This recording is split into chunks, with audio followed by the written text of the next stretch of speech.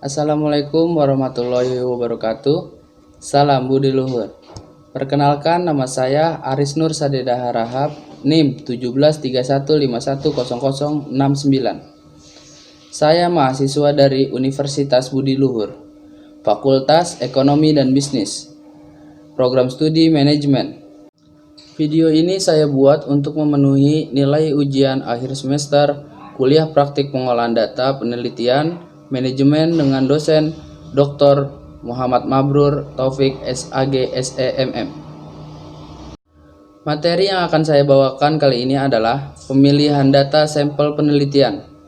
Pemilihan data atau sampel penelitian yaitu populasi, sampel, penelitian sampel dan sensus, kriteria pemilihan sampel, prosedur pemilihan sampel, metode pemilihan sampel, metode pemilihan sampel non-probabilitas, pedoman penentuan metode sampling, penentuan ukuran sampel, kesalahan statistik.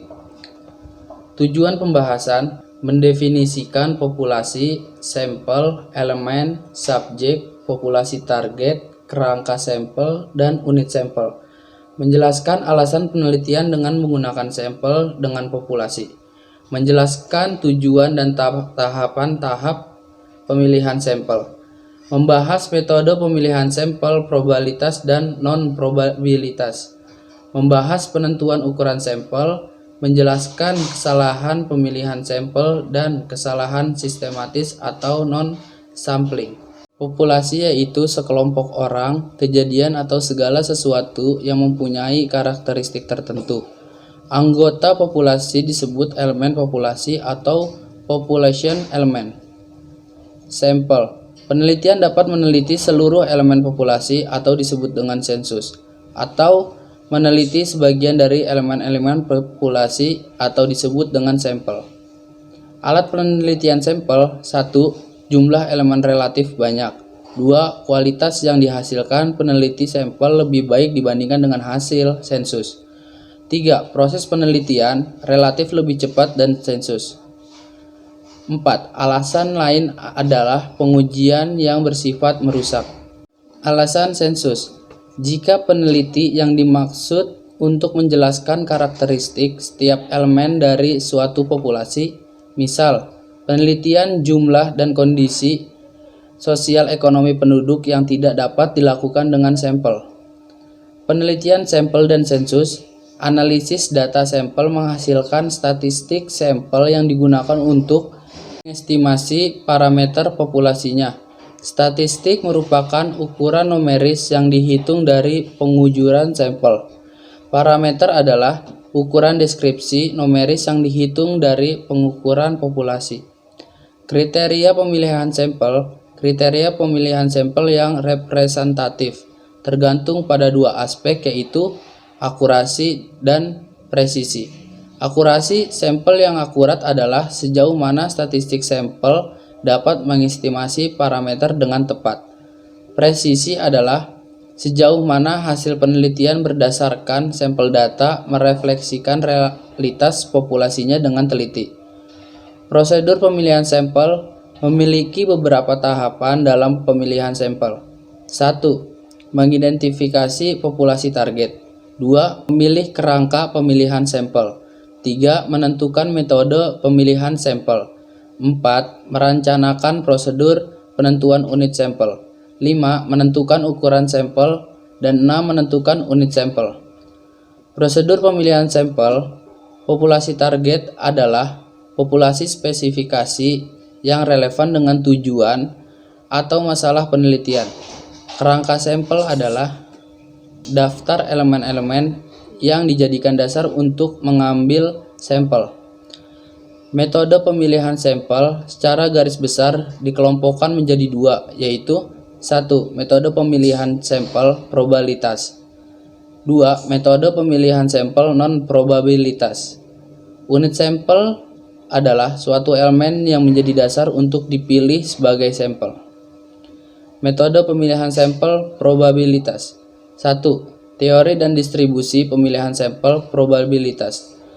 Tujuan pemilihan sampel adalah hasil analisis data berdasarkan sampel data digeneralisasi pada tingkat populasi. Untuk memperoleh sampel yang mencerminkan karakteristik populasi secara tepat tergantung pada metode pemilihan dan penentuan ukuran sampel. 2. Pemilihan sampel acak sederhana memberikan kesempatan yang sama bersifat tak terbatas pada setiap elemen populasi untuk dipilih sebagai sampel. Metode ini memungkinkan terpilihnya sampel bisa paling sedikit dan tingkat generasi tinggi. Prosesnya dinilai membosankan dan memerlukan biaya relatif lebih mahal. Metode pemilihan sampel probabilitas. 1. Pemilihan sampel acak sistematis yaitu memilih secara acak setiap elemen dengan nomor tertentu dari tabel nomor sebagai kerangka sampel. Metode ini lebih mudah diterapkan jika telah tersedia kerangka sampel. 2. Pemilihan sampel acak. Berdasarkan strata dengan mengklarifikasi suatu populasi ke dalam sub-sub populasi berdasarkan karakteristik tertentu dari elemen-elemen populasi. Metode ini paling efisien dan lebih relevan. Kelemahan jika jumlah subjek pada masing-masing strata tidak proporsional. Ada kemungkinan pada strata jumlah subjek sama atau hampir sama dengan jumlah elemennya atau sebaliknya. 3. Pemilihan sampel berdasarkan kelompok. Elemen-elemen populasi dikelompokkan ke dalam unit-unit sampel seperti pada metode pemilihan sampel dengan stratifikasi. Perbedaannya pada heterogenitas karakteristik elemen-elemen pada masing-masing unit sampel, tapi karakteristik elemen-elemen antara kelompok unit sampel satu dengan unit sampel yang relatif homogen. Kelemahan tingkat reliabilitas paling rendah, kelebihan biaya pengumpulan data secara geografis relatif rendah. 4. Pemilihan sampel area. Diterapkan jika faktor lokasi menjadi pertimbangan penting dalam memilih sampel. Areanya bisa berdasarkan wilayah administrasi pemerintahan. Metode ini digunakan untuk menghemat biaya pemilih sampel dan tidak tergantung pada kerangka sampel. Metode pemilihan sampel non-probabilitas. Pemilihan sampel berdasarkan kemudahan elemen populasi yang dipilih sebagai subjek sehingga peneliti memiliki kebebasan untuk memilih sampel yang paling cepat dan mudah. Metode ini diterapkan pada peneliti-peneliti penjajakan. Kelemahan hasil analisis data sampel mempunyai tingkat generalisasi yang rendah. Pemilih sampel bertujuan. Ada dua jenis metode pemilihan sampel yaitu 1. Pemilihan sampel berdasarkan pertimbangan. Merupakan tipe pemilihan sampel secara tidak acak yang informasinya diperoleh dengan menggunakan pertimbangan tertentu. Elemen populasi yang dipilih sebagai sampel dibatasi pada elemen-elemen yang dapat memberikan informasi berdasarkan pertimbangan. 2. Pemilihan sampel berdasarkan kuota. Pemilihan sampel secara tidak acak dapat dilakukan berdasarkan kuota atau jumlah tinggi untuk setiap kategori dalam suatu populasi target. Tujuan untuk menaikkan tingkat representatif sampel penelitian. Kemampuan dalam metode ini masih dipertanyakan. Pedoman penentuan ukuran metode sampling. Setiap alternatif metode pemilihan sampling mempunyai kelebihan dan kelemahan masing-masing tergantung pada tersedianya waktu, biaya, dan tenaga. Penentuan ukuran sampel. Untuk penentuan ukuran sampel tergantung pada varians populasinya. Ukuran sampel juga dipengaruhi oleh tingkat keyakinan peneliti dalam melakukan estimasi. Demikian materi yang telah saya sampaikan, kurang lebihnya mohon maaf. Wassalamualaikum warahmatullahi wabarakatuh. Salam Budi Luhur.